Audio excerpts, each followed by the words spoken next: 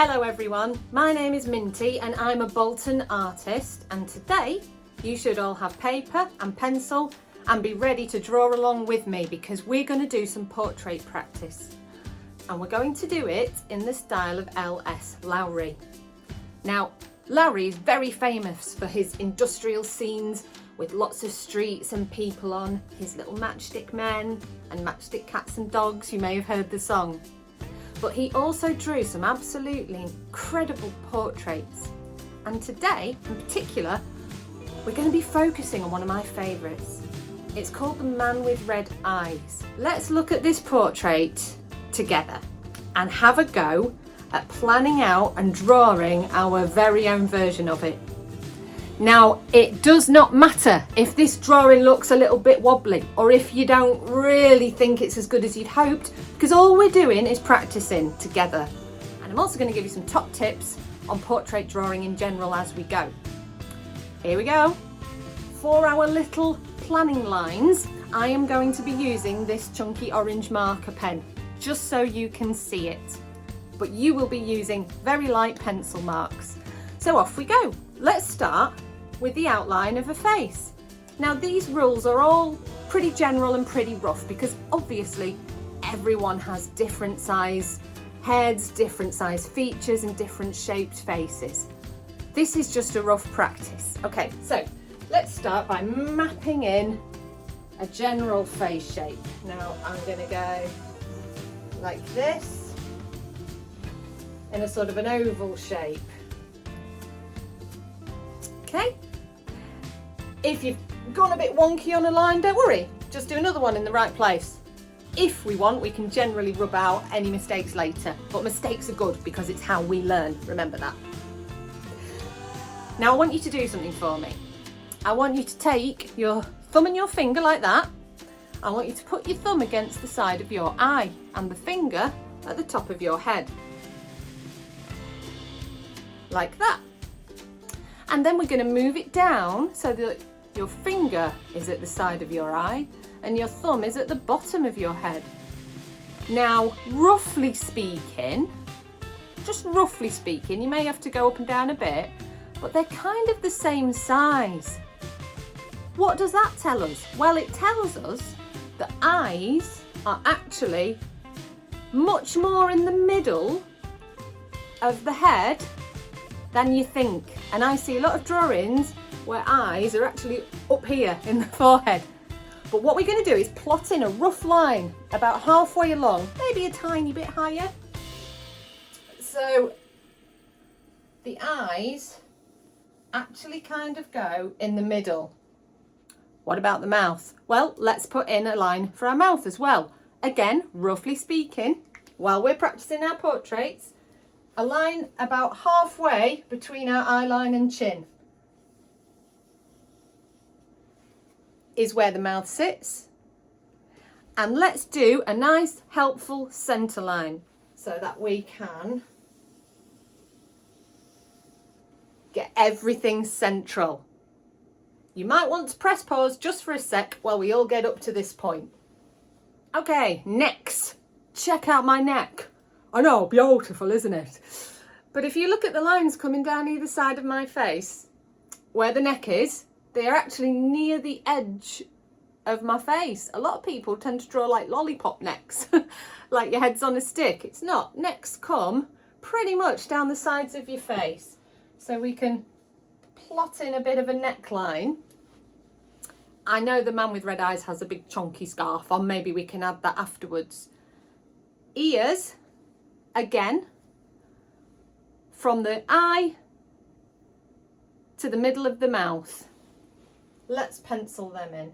Our eye line to the mouth. Eye line to the mouth. Ears. Okay, so we have our guidelines, our rough outline. Let's put in the eyes.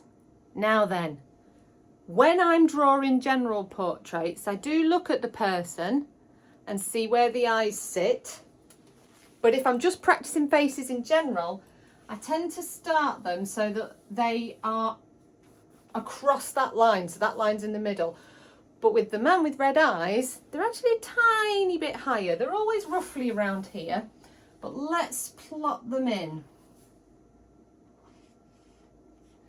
So I'm looking at Lowry's painting and I'm thinking they're actually quite close together.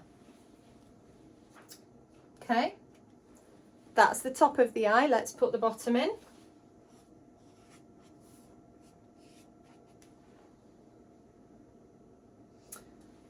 And now let's add the nose. I always like to start with the bottom of the nose. 2 sort of teardrop shapes like that for the nostril. And then they kind of join up with a little semicircle. Sometimes, if you're doing a very simple portrait, that can be enough to show a nose. It has like a bit of a round shape, almost a bit like a test tube. And it has lines going up here, doesn't it? And it has quite wide nostrils as well. The mouth, I start with the middle line where the top and the bottom lips meet. Now it helps me to think of a letter M doing the splits, or almost like someone has grabbed the bottom of a letter M and stretched it right out. That nearly always works for a mouth line. I'm looking at mouths and eyes, and again, roughly speaking, they kind of line up with the middle of the eyeball. So let's start here and here, and let's draw our stretched out M shape. Then when we're happy with that, we can add the bottom and the top. The bottom lip has a curve to it, and the top lip again follows the line of the mouth like an M shape. Okay, let's add in the eye pupils. I'm happy with my eye outlines now on these light lines, so I'm going to go over them.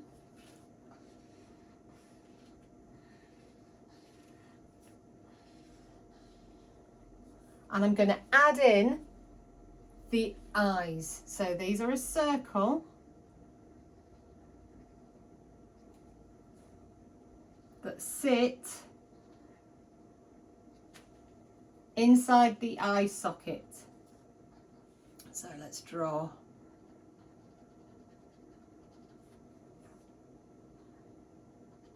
that in.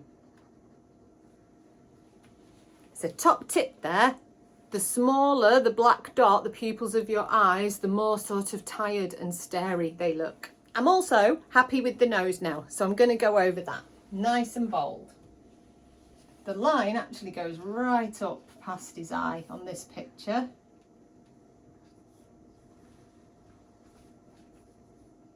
And put my teardrop shapes in again, a bit bolder, and get the nostrils in.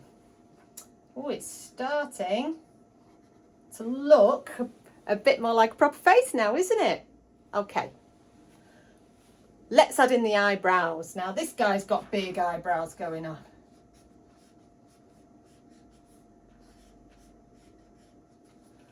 Whether you're doing big bold eyebrows like the man with red eyes, or whether you're doing smaller, more defined eyebrows, think about how the hairs grow up and out, and have your pencil copy that shape, and that way they will always look a bit more natural. Hair. When you're drawing hair, it's really important to remember that hair grows up and out of the head we've drawn. It doesn't sit inside these lines. Hair grows out from the head. So it has a parting and his fringe comes down, and that's fine. And it comes down to the top of his ears, so that's quite far away from the lines of the face. Now you mustn't be scared to do that. So his hair's a bit mad, a bit like me when I wake up in the morning. Let's add it in. He's got a parting.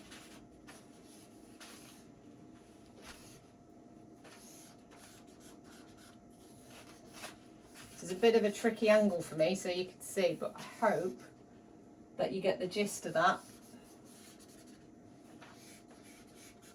So the man with red eyes has big messy hair, but hair in general is not part of the face. It grows up and out.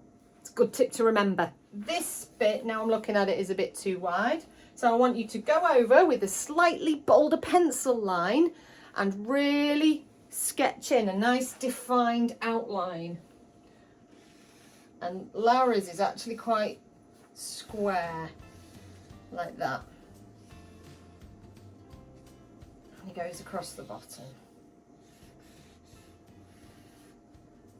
Which will mean our neckline will come in slightly.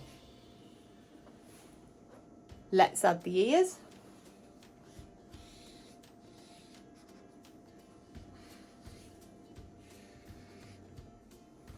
I put in a little D shape for ears, like that.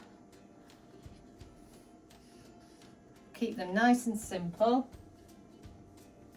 And then with a couple of lines, top and bottom. Line, line.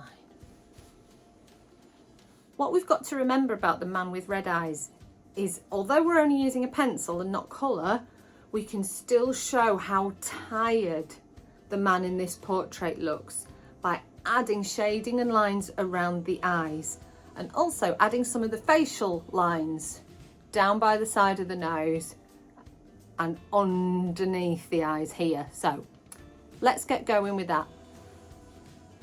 One line comes from the top of the nostril down towards the side of the mouth, and then he also has lines coming from the sides of his mouth here. Really effective tool in making him look a bit older as well. Down the sides of the nose and near the eyes are very, very dark on this portrait, so let's add some lines there too.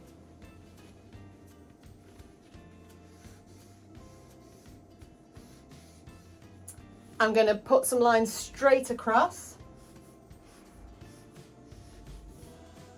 to make these eyes look really heavy and bold, and also, as we said, underneath.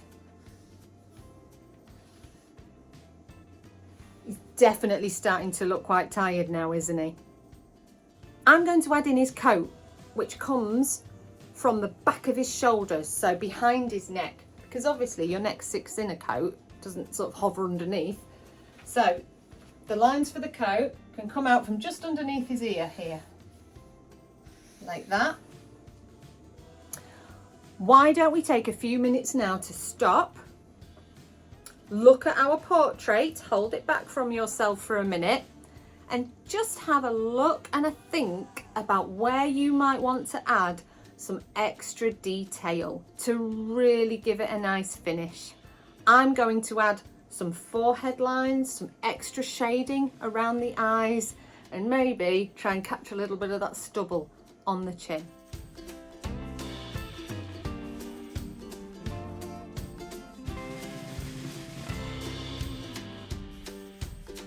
Great job, everyone. Remember that drawing faces, it's no big mystery, it's just practice. It's not a case of you either can or can't draw. Every single one of you will get better at faces with practice, and putting those guidelines in is a really, really good way to improve your skills. Well done for drawing along. I hope I get to see all your pictures one day, because I bet they're awesome. And if they're not, who cares? We had fun, right? I just realised if I bend down, it looks like I've got massive ears. Hang on. Huh? Okay, have a great day, everyone. I'll see you soon. Bye.